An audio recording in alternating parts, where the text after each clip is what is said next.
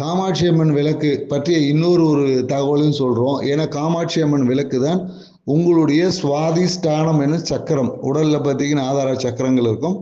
அதே சுவாதிஷ்டான சக்கரம் தான் உங்களுக்கு எல்லா ஐஸ்வர்யத்தையும் கொடுக்கக்கூடிய சக்கரம்.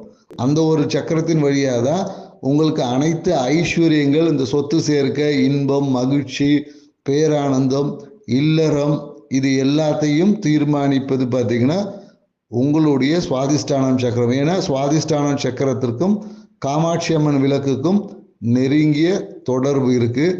ஸோ அதனால் நீங்கள் காமாட்சி அம்மன் விளக்கு எந்த அளவுக்கு பிரகாசமாக இருக்கோ உங்களுடைய சுவாதிஷ்டானம் சக்கரம் ஆக்டிவேஷன் ஆகும். ஸோ அதனால் அப்போ தான் உங்கள் குடும்பத்தில் ஐஸ்வர்யம் பெருகும். அப்போ ஐஸ்வர்யம் பெருகணும்னா சுவாதிஷ்டானத்தை வலுவாக்கினாலும் உங்களுக்கு தேவையான ஐஸ்வர்யம், மன மகிழ்ச்சி, கணவன் மனைவி உறவு மகிழ்ச்சி என்பது இது எல்லாமே தீர்மானிப்பது சுவாதிஷ்டான சக்கரம் தான். அதனால் சுவாதிஷ்டான சக்கரத்தை வலுவாக்குறது மூலியமாகவும் இந்த நன்மைகள் எல்லாமே கிடைக்கும். காமாட்சி அம்மன் விளக்கை சிறப்பாக வச்சுக்கிட்டு ஏற்றுறது மூலியமாகவும் உங்களுக்கு தேவையான அனைத்து நன்மைகளும் நடக்கும்.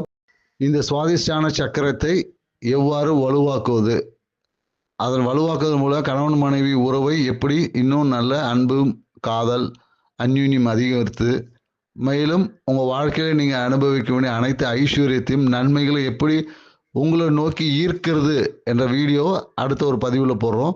எங்கள் சேனலை சப்ஸ்கிரைப் பண்ணுங்கள். அப்போ தான் உங்களுக்கு அதுக்கான நோட்டிஃபிகேஷன் வரும்.